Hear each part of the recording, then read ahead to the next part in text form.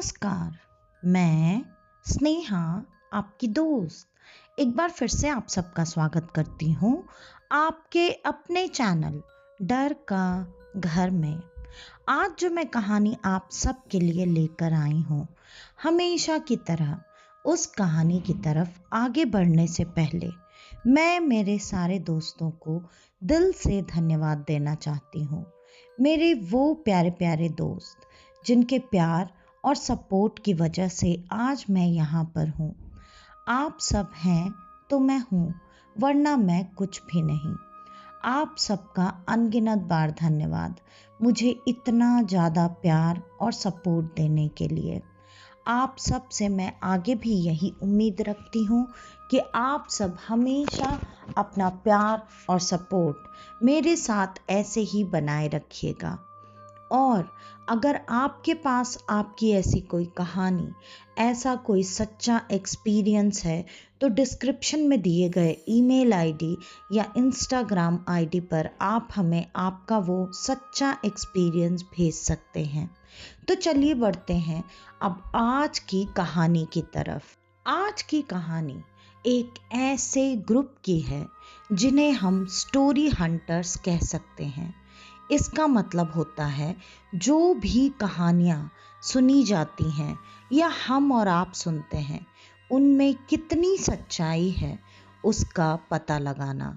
ये ग्रुप एक ऐसा ग्रुप था जो हर अलग अलग जगह पर जाकर वहाँ की सारी कहानियों के बारे में सच्चाई पता लगाता था।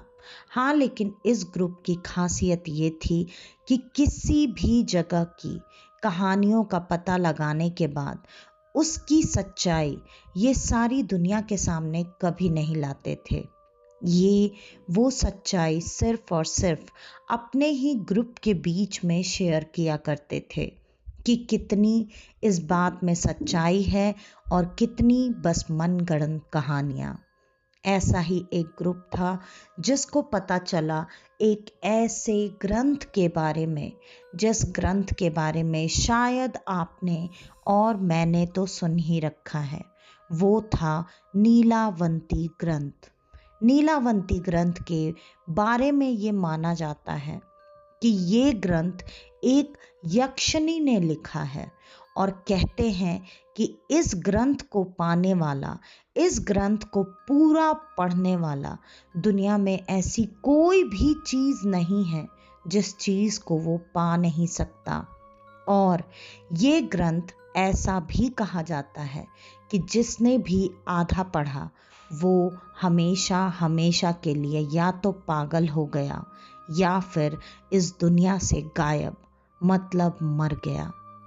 इसमें कितनी सच्चाई थी, ये सच्चाई अब इस ग्रुप को जाननी थी। इस सच्चाई के बारे में खोज करने के लिए, जानने के लिए ये सब ऐसी ऐसी जगहों पर जा रहे थे और जांच पड़ताल कर रहे थे। जिस जिस जगह के बारे में इस कहानी को सुनते वक्त उन लोगों ने ये बातें सुनी थी कि उस जगह से शायद ये ग्रंथ जुड़ा हुआ है। उन्हें इस ग्रंथ के साथ साथ एक ऐसे इंसान के बारे में भी पता चला कि एक कोई ऐसा इंसान है जिसने इस ग्रंथ को पूरा पढ़ा भी और पढ़ने के साथ साथ इस ग्रंथ के हर एक सुख को भोगा भी। मतलब उस इंसान को दुनिया की हर वो चीज़ मिली जो चीज़ आप और मैं शायद सोच भी नहीं सकते हैं। लेकिन ये भी बातें अभी तक इनके लिए सिर्फ और सिर्फ मनगढ़ंत ही थी, क्योंकि इनके सामने अभी तक कोई सच्चाई नहीं आई थी। और तो और इन्हें ये भी पता चला कि एक ऐसी जगह है जहाँ पर कहते हैं कि एक पोर्टल खुलता है, जिस पोर्टल के अंदर अगर आप जाओ तो आपको वो ग्रंथ मिलेगा और उस ग्रंथ को पा लेना ही बहुत बड़ी बात है। लेकिन वो एक इंसान जिसने इस ग्रंथ को पढ़ा और पा लिया, वो उस पोर्टल तक कैसे पहुंचा? क्योंकि उस पोर्टल तक पहुंचना भी कोई आम बात नहीं थी। उसके लिए भी एक कोई ऐसा मंत्र था जिस मंत्र को जानना बहुत बहुत ज़्यादा ज़रूरी था।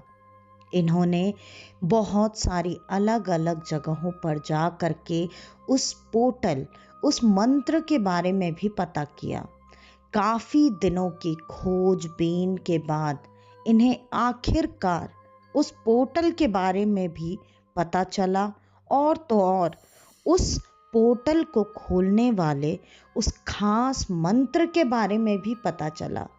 लेकिन वो मंत्र सच था या नहीं, ये जानने के लिए उस जगह पर पहुंचकर, उस खास वक्त पर पहुंचकर उस पोर्टल के सामने या उस सामान्य सी जगह के सामने उस मंत्र को बोलकर देखना था कि क्या सच में उस मंत्र में इतनी शक्ति है कि उससे कोई पोर्टल खुलता भी है, या फिर ये भी सिर्फ और सिर्फ कही सुनी बातें, एक मिथ्या है, एक झूठ है।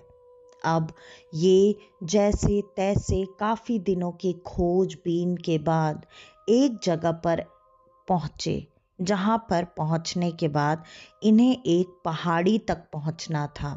और इस ग्रुप में लगभग 15 से 20 लोग थे जो इस ग्रंथ, उस जगह और सारी चीज़ों के बारे में खोजबीन कर रहे थे। ये जब वहाँ पर पहुँचे तब पहाड़ी के ऊपर जाकर एक जगह थी जहाँ पर पहुँच करके एक निर्धारित समय पर उन्हें ये मंत्र बोलना था और इन्हें ये देखना था कि ये पोर्टल खुलता है या नहीं खुलता है। वहाँ पर जाने के बाद इन लोगों ने एक मंत्र, जो इन्हें पता चला था, इन लोगों ने उस मंत्र का उच्चारण किया। उस ग्रुप के सिर्फ 3 से 4 लोग ही उस पहाड़ी पर पहुँचे थे और वहाँ पर जब ये पहुँचे, मंत्र को पढ़ने से पहले ही इन्होंने वहाँ उस पहाड़ी पर एक बहुत ही अजीब सी चीज़ देखी। वो अजीब सी चीज़ थी एक बुक का स्टैंड। अगर मैं आपको ठीक तरीके से समझा पा रही हूँ तो आपने जो कहीं देखा होगा कि जैसे बुक को ओपन करके रखने के लिए एक स्टैंड बना होता है जिसके दोनों तरफ लगता है जैसे कि किताबों के पन्ने ही रखे हुए हैं, वैसा एक स्टैंड बना हुआ था, ओपन स्टैंड, जिस पर आप किताब को रखकर बहुत आसानी से पढ़ सकते थे। वहाँ उस जगह पर पहुंचकर इन्हें मंत्र बोलना याद नहीं था। ये उस चीज़ को देखकर आश्चर्यचकित हो चुके थे और उस चीज़ के पहले तो इधर उधर घूमकर इन्होंने कुछ तस्वीरें लीं। उसके बाद पता नहीं इनके मन में क्या आया कि इन्होंने उस स्टैंड को हाथों से छू कर देखना शुरू किया और ऐसा करते ही इनके सामने एक लड़की आई जो कि लगभग 16 से 17 साल की होगी। वो इतनी खूबसूरत, इतनी मनमोहक, इतनी ज़्यादा खूबसूरत कि आज तक इन्होंने ताउम्र वैसी खूबसूरत लड़की कभी नहीं देखी थी। वो ऐसी जान पड़ती थी मानो भगवान ने खुद फुर्सत में बैठकर उसे बनाया हो और रोशनी के लिए सितारों को उसके आसपास जड़ दिया हो कि उसके उस जगह पर आते ही माहौल पूरी तरह से बदल गया। उस लड़की के शरीर से एक अलग सी ऊर्जा, एक अलग सी लाइट निकलती हुई सी दिखाई दे रही थी और उसके वहाँ पहुँचते ही उस सामान्य माहौल में एक अलग सी, मन को मोह लेने वाली ऐसी खूबसूरत खुशबू फैल चुकी थी जिसको सूंघने के बाद हर कोई एक अलग ही जोन में खुद को महसूस कर रहा था। पहले तो ये सब उस लड़की को देखकर मंत्रमुग्ध हो गए थे। किसी को कुछ याद ही नहीं रहा कि वो यहाँ क्या करने आए थे, लेकिन जब वो लड़की खुद इनके नज़दीक आई तब उनमें से एक का जैसे होश आया और उसने बड़ी हिम्मत करके उस लड़की से बात की। उसने कहा, अरे आप कौन हैं और आप यहाँ क्या कर रही हैं? तब तक उस लड़की ने ही बड़े प्यार से मुस्कुराते हुए कहा, ये बात तो मुझे आप लोगों से पूछनी चाहिए। आप लोग यहाँ क्या कर रहे हैं? मेरा तो गांव यहीं नीचे ही है, पहाड़ी के नीचे। तो हम तो यहाँ अक्सर आ जाया करते हैं और आकर यहाँ पर खेलना, समय बिताना, हम ये सब सखियां अक्सर करते हैं। ये बात सुनकर धीरे धीरे अब बाकी के सारे लोग भी होश में आने लगे और वो एक आदमी ही उससे बात कर रहा था। और बातें करने के बाद उसे ये समझ में आया कि अगर ये लड़की यहीं की है, मतलब लोकल है, तो उसे इस जगह, इस स्टैंड, इस पहाड़ी और शायद उस पोर्टल के बारे में भी कोई जानकारी ज़रूर होगी। तो अगर हम इससे ज़्यादा से ज़्यादा जानकारी निकलवा पाएं तो हमारे लिए बहुत अच्छा होगा। और यही सोचकर वो उस लड़की से बात करने लगा। बात करते करते, इधर उधर की बातें करते करते अचानक से उस लड़की के बातों में शायद कोई ऐसा सम्मोहन था जिसमें वो आदमी इस तरीके से उलझ गया कि उसे पता ही नहीं चला कि वो उस खूबसूरत लड़की से बात करते करते कब पहाड़ी के किनारे पर आ चुका था। और तब तक अचानक पहाड़ी पर एक अलग रोशनी सी हुई।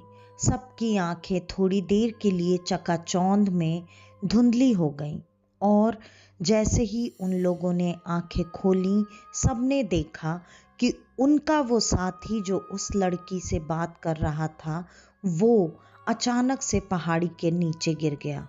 और वो लड़की जो कि उससे और बाकी सबसे नॉर्मल बात कर रही थी, नॉर्मल दिख भी रही थी, वो अब हवा में तैर रही थी। और उसको देखते ही देखते सबकी आंखों के सामने से वो ओझल हो चुकी थी। तब लगा जैसे सबका सम्मोहन टूटा और सबने देखा उनका वो दोस्त पहाड़ी के नीचे गिर चुका है।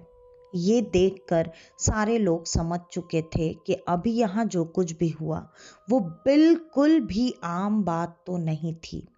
इतना होने के बाद वो सब अपनी जान बचाकर नीचे आए और सबने सारी बातें बाकी के अपने ग्रुप मेंबर्स को बता दी। ये बात सुनने के बाद अब बाकी के ग्रुप मेंबर्स को ये लगने लगा कि नहीं, मतलब इस बात में, जिस कहानी को हम लोग यहाँ तक ढूंढते हुए आए हैं, कोई ना कोई सच्चाई तो ज़रूर है। अब हमें अभी तो नहीं, क्योंकि अब रात हो रही है, अगली सुबह सबसे पहले अपने साथी की लाश को ढूंढना पड़ेगा। और अगली सुबह का इंतज़ार किया उन लोगों ने। अगली सुबह होते ही पुलिस की मदद से उन लोगों ने वहाँ पहाड़ी के नीचे लाश की शिनाख्त की और उन्हें एक लाश भी मिली। लेकिन उस लाश को सबने पहचानने से साफ साफ इनकार कर दिया, क्योंकि उनके साथ जो आदमी था जो नीचे गिरा था, वो ज़्यादा से ज़्यादा 22 या 25 के बीच के उम्र का लड़का था और उन्हें जो लाश मिली थी वो लगभग 70 से 90 के बीच के उम्र के किसी बूढ़े व्यक्ति की लाश मिली थी। तो उन सारे लोगों ने ये कहा कि उनका साथी बहुत कम उम्र का था। अब ये बात कैसे पता चलती कि उस लड़के की लाश कहाँ गई? बहुत ढूंढने के बाद भी उन्हें उस लड़के की लाश नहीं मिली। अब वो लाश पोस्टमार्टम के लिए गई और बाकी की जांच भी उसके ऊपर की गई। जब सारी जांच की गई तब पता चला कि वो लाश जो मिली थी, जो लगभग 70 से 90 के बीच के उम्र की लग रही थी, वो कोई और नहीं, उनके ही ग्रुप का वही लड़का था जो कि सिर्फ और सिर्फ 22 से 25 की उम्र का था। लेकिन ऐसा कैसे हो गया? सिर्फ पहाड़ी से नीचे गिरने में उसके उम्र में इतना ज्यादा इजाफा कैसे हुआ? ये बात अब उन सब के लिए एक बहुत बड़ा सवालिया निशान थी। उन सब ने उस पहाड़ी पर बिना उस किताब वाले स्टैंड को छुए हुए बहुत सारी जांच की। उन्हें कुछ पत्तों और कुछ अलग अलग जगह पे छोटी छोटी रेडिएशंस के कण मिले, जिस कण को देखने के बाद उनको ये पता चला कि शायद पिछली रात यहाँ पर सच में कोई ऐसा पोर्टल खुला था, जिस पोर्टल से सिर्फ होकर गुजरने की वजह से उसके इस ग्रुप मेंबर के साथ ऐसा हुआ। उसकी उम्र इतनी ज़्यादा चुटकियों में बढ़ गई। अब इस बात को जानने के बाद उनके अंदर उत्सुकता और ज़्यादा बढ़ चुकी थी। वो खास दिन आने वाला था जिस दिन उस खास मंत्र का उच्चारण करके इस पोर्टल को सच में खोला जा सकता था, और तो और उस ग्रंथ को पाया जा सकता था। अब क्योंकि वो लड़की जिसने साफ साफ ये बताया था कि वो इसी पहाड़ी के नीचे वाले गांव में रहती है, उन लोगों ने उसी गांव और उसके आसपास के सारे गांवों में उस बूढ़े व्यक्ति को, जिसने कि पहले इस ग्रंथ के सारे सुखों को भोगा हुआ है और इस ग्रंथ को पूरा पढ़ा हुआ है, उसकी खोज बहुत ही तेज कर दी। आखिरकार इनके कुछ दिनों के मेहनत के बाद वो इंसान भी इन्हें मिला, लेकिन इन्हें भरोसा नहीं हो रहा था कि ये वही इंसान है, क्योंकि वो बूढ़ा व्यक्ति एक अजीब से गरीब से हालत में एक झोपड़े में रह रहा था। और अगर सच में ये वो इंसान है जिसने दुनिया के हर सुख को भोग लिया है, तो ये ऐसे गरीबों की तरह एक ऐसी टूटी फूटी सी पुरानी सी झोपड़ी में क्यों रह रहा है? उनके मन में बहुत सारे सवाल उठ रहे थे और उन सवालों के जवाब सिर्फ और सिर्फ वही बूढ़ा व्यक्ति दे सकता था। आखिरकार वो उस बूढ़े व्यक्ति के पास पहुंचे और उससे सारी बातें की। उस बूढ़े व्यक्ति ने बताया, हाँ, आप बिल्कुल सही जगह आए हैं। मैं ही वो इकलौता इंसान हूँ जिसने कि उस ग्रंथ को पढ़ा भी है और पढ़ने के बाद सारे सुखों को भोगा है, और तो और मैं बिल्कुल सही सलामत हूँ, और अभी मेरा जीवन कितना है मुझे ये भी नहीं पता। हाँ, आपके जानने के लिए मैं एक बात ज़रूर बताना चाहूँगा कि आपको मुझे देखकर जो लग रहा है कि मेरी उम्र 100 साल या 150 साल होगी, मैं उससे कहीं ज़्यादा बूढ़ा हूँ। अगर आपको मेरे बातों पर भरोसा नहीं तो आप चाहें तो वो टेस्ट करा सकें। उन लोगों ने बातों पर भरोसा नहीं किया क्योंकि वो हमेशा सबूतों पर भरोसा करते थे। उन्होंने टेस्ट करवाया। टेस्ट करवाने के बाद ये बात पता चली कि सच में उस आदमी की उम्र कम से कम 250 साल है। जब ये बात उन सबके सामने आई तब उनके आश्चर्य का ठिकाना नहीं था और खुशी का भी, कि आखिरकार उन्हें वो इंसान मिल चुका है जिसकी मदद से वो जो चीज़ ढूंढने आए हैं उस चीज़ को ढूंढ सकते हैं। तब उस बूढ़े आदमी ने अपनी बात बताना शुरू की और साथ ही साथ इन लोगों को उसकी बातों पर भरोसा हो जाए उसके लिए उसने एक मटकी, मतलब एक बड़ा हांडे में भरकर उन्हें सोने के सिक्के भी दिए कि आपको ऐसा लग रहा है कि मैं गरीब हूँ, लेकिन मैं गरीब भी नहीं हूँ, मैं बहुत बहुत पैसे वाला हूँ। इतना पैसे वाला जितना शायद आप में से कोई सोच भी नहीं सकता है। मेरे पास आज भी इतना धन है कि मैं जो चाहूँ वो कर सकता हूँ, लेकिन अब मेरी सारी इच्छाएं पूर्ण हो चुकी हैं। तब उन ग्रुप के मेंबर्स की इच्छा और बढ़ गई। उन्हें जानना था कि ऐसा क्या हुआ कि इसकी सारी इच्छाएं मर चुकी हैं। तब उन बूढ़े बाबा ने बताया, आप खुद ही देखिए, मेरी उम्र 250 साल से भी ज़्यादा है और मैंने ये सारी चीज़ें 22 साल के उम्र में पाली थी। 22 साल की उम्र से लेकर लगभग 150 सालों तक मैंने सारे सुखों को भोगा, लेकिन एक एक करके मेरे सारे चाहने वाले, मेरे सारे प्रिय लोग मेरी आंखों के सामने मरते चले गए। मैं कुछ नहीं कर पाया, तो मेरे लिए ये धन तो व्यर्थ है। मैं इसका अकेले क्या करूं, कितना सुख भोगूं। अब मैं सुख भोग भोग कर भी थक चुका हूं। और कहीं ना कहीं ये बात तो सच थी, क्योंकि आप और मैं भी शायद इतने धन का एक लंबे समय के बाद करेंगे क्या, जब हमारे साथ हमारा कोई अपना, कोई प्रिय बचा ही ना हो। और अब उन लोगों को उस बूढ़े आदमी की बातों में सच्चाई दिख रही थी, लेकिन उन्हें एक जानकारी और चाहिए थी। उन्हें जानना था कि कैसे उस ग्रंथ तक पहुंचा जा सकता है और उस ग्रंथ के सारे लाभ को उठाया जा सकता है। बूढ़े ने साफ साफ इनकार कर दिया। उसने कहा, मैं आप लोगों को बता जरूर दूंगा, लेकिन आप लोगों से ये बात जरूर कहूंगा कि ऐसा कुछ मत कीजिए। ऐसा कुछ करके भी कोई फायदा नहीं है।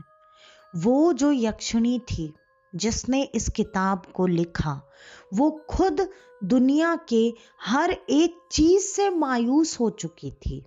तब उसने ये किताब लिखी और इसी किताब की वजह से उसे जिंदगी में कोई सुख नहीं मिला, जिसके वजह से ये ग्रंथ शापित हो चुका है कि आप कुछ भी पा जरूर लेंगे, लेकिन आपकी जिंदगी में वो सुख आप कभी अनुभव नहीं कर पाएंगे जो आपको करना चाहिए। अब ये बातें इन ग्रुप मेंबर्स के लिए व्यर्थ थी, क्योंकि ये जो जानने आए थे, इन्हें बस अब वो बात जानने में इंटरेस्ट थी।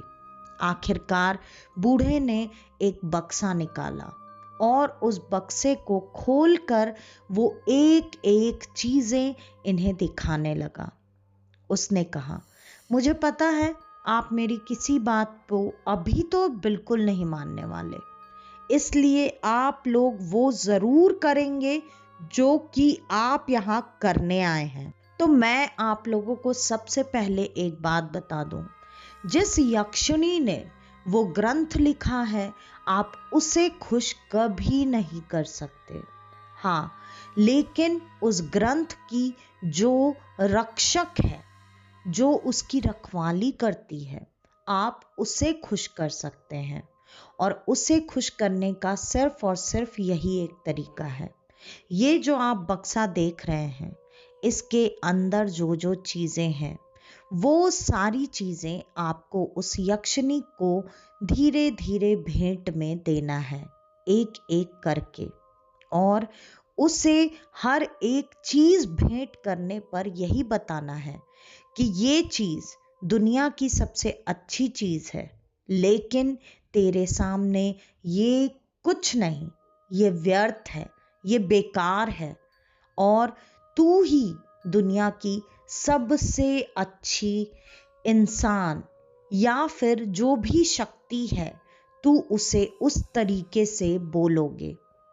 मतलब आपको उसकी तारीफ में कशीदे पढ़ने हैं, आपको उसके हर एक चीज की इतनी तारीफ करनी है कि दुनिया की हर चीज जो कि सबसे बेस्ट है, सबसे अच्छी है, वो भी उसके सामने सिर्फ और सिर्फ मिट्टी जैसी ही है।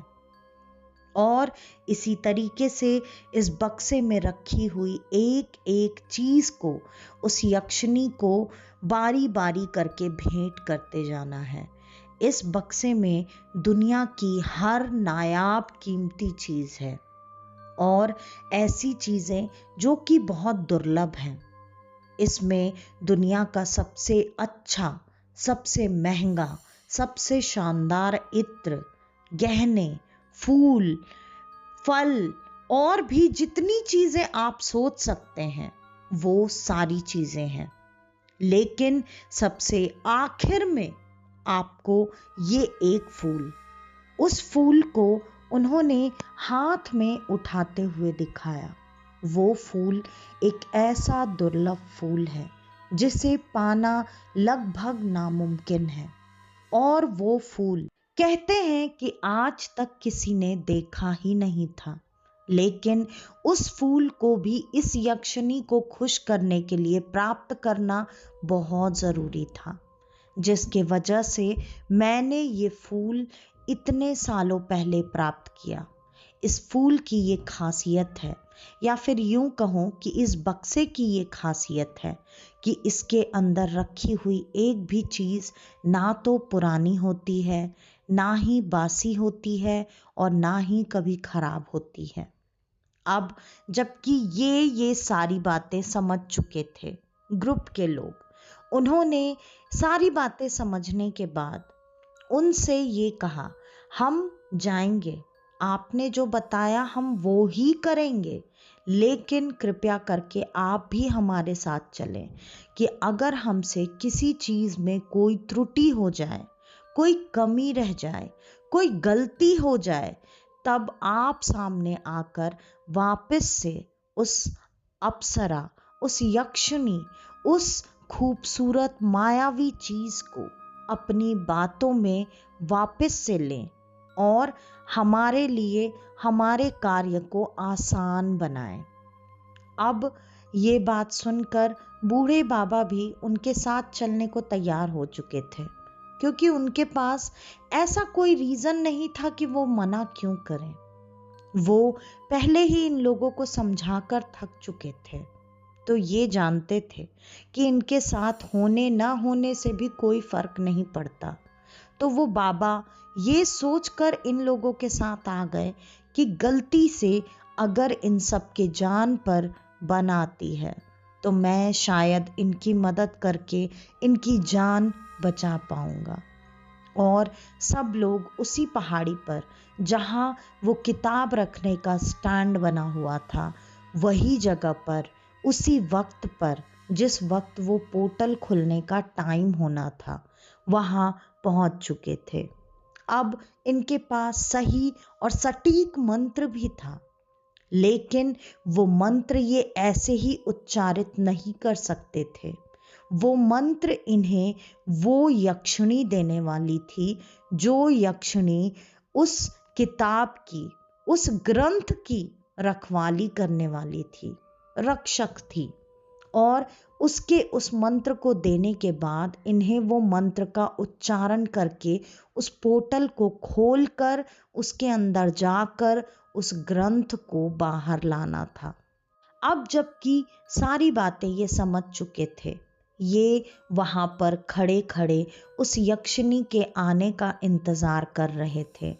और वक्त हुआ और वो यक्षिणी वहां पर प्रकट हुई। उस यक्षिणी के प्रकट होते ही इन लोगों ने बाबा के बताए अनुसार एक एक करके सारी चीजें उस यक्षिणी को धीरे धीरे भेंट करना शुरू की और उसके बाद उसकी तारीफ करना शुरू किया कि ये लो, एक बार आप इसे चेक करके देखो। और यक्षिणी उस चीज को चेक करके खुश हो रही थी। पूरे माहौल में उसकी हंसी, उसकी मनमोहक खुशबू फैली हुई थी। लेकिन हर एक चीज भेंट करने के बाद ये बार बार एक ही चीज कहते कि कोई भी चीज, दुनिया की कीमती से कीमती और अच्छी से अच्छी चीज तुम्हारे सामने फीकी है, व्यर्थ है, मिट्टी है, किसी मतलब की नहीं है। धीरे धीरे वो यक्षिणी खुश होती जा रही थी। माहौल में उसकी हंसी गूंजती जा रही थी। वो माहौल ऐसा हो चुका था जैसे सब पर कोई जादू हो गया हो। धीरे धीरे अब सारी चीजें भेंट की जा चुकी थीं। अब बारी थी उस आखिरी दुर्लभ फूल के भेंट करने की। और उस आखिरी दुर्लभ फूल को भेंट करने में इन्हें कुछ सेकंड्स की देरी हुई। इतने में ही वो यक्षिणी भड़क कर गुस्से से आग बबूला हो चुकी थी और लग रहा था जैसे वो अपने तेज से इन सब को जलाकर वहीं भस्म कर देगी। अब वहां पर जबकि सिर्फ और सिर्फ 6 लोग थे इस बूढ़े बाबा को छोड़कर।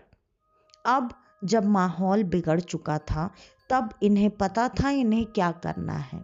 इन्होंने तुरंत उस बूढ़े बाबा को सामने कर दिया और उस बूढ़े बाबा के सामने आते ही उन्होंने तुरंत कहा, तो आज भी तुम वैसे ही सुंदर, वैसे ही कोमल और वैसे ही फूलों से भी ज्यादा प्यारी, सुगंधित और मनमोहक हो। ये देखकर तुरंत ही यक्षिणी ने इस बात, इस आवाज और इस अंदाज को पहचान लिया। उसने तुरंत ही कहा, अरे तुम तो वही हो, लेकिन तुम तो अब बहुत बूढ़े हो चुके हो। तब बूढ़े बाबा ने मुस्कुरा कर कहा, मेरे अंदर या दुनिया के किसी भी इंसान, देवता, नर, नारी, किसी के अंदर वो बात कहाँ जो बात तुम में है। और तुम्हारी सुंदरता वो तो पहले से भी ज्यादा बढ़ चुकी है। अब धीरे धीरे बूढ़े बाबा को बहुत अच्छे से पता था कि उन्हें किस तरीके से अपनी बातों में इस प्यारी सी यक्षिणी को फंसाना है। उन्होंने ये कार्य बहुत ही आसानी से कर लिया और आखिरकार उन्होंने वो दुर्लभ फूल भेंट करवाया।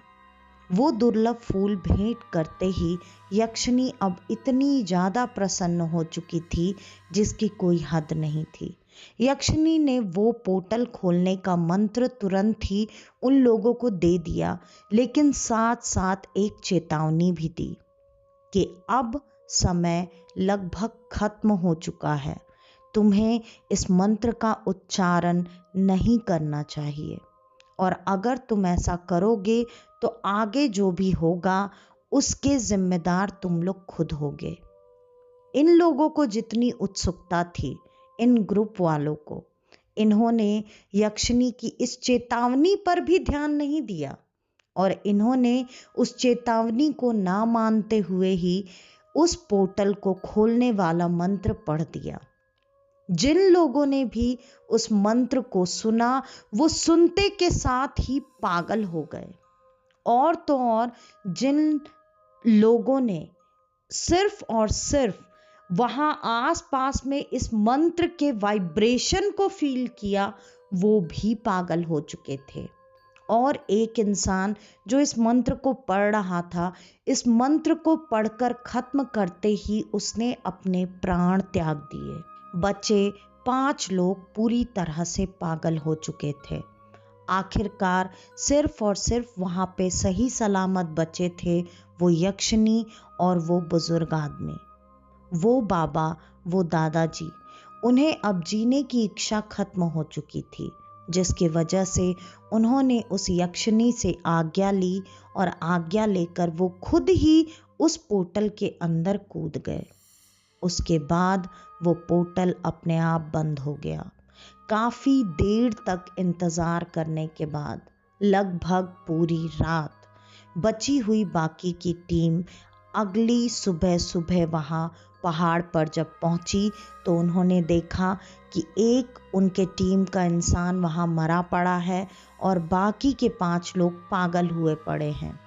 उन सबको ये बात पता चल चुकी थी कि इस बातों में सच्चाई 100% है, लेकिन कुछ राज और कुछ बातें ऐसी होती हैं जिसकी गहराइयों को खोदना हर किसी के लिए नुकसानदायक होता है, क्योंकि इनकी पूरी की पूरी तैयारी भी यहाँ पर फेल हो चुकी थी।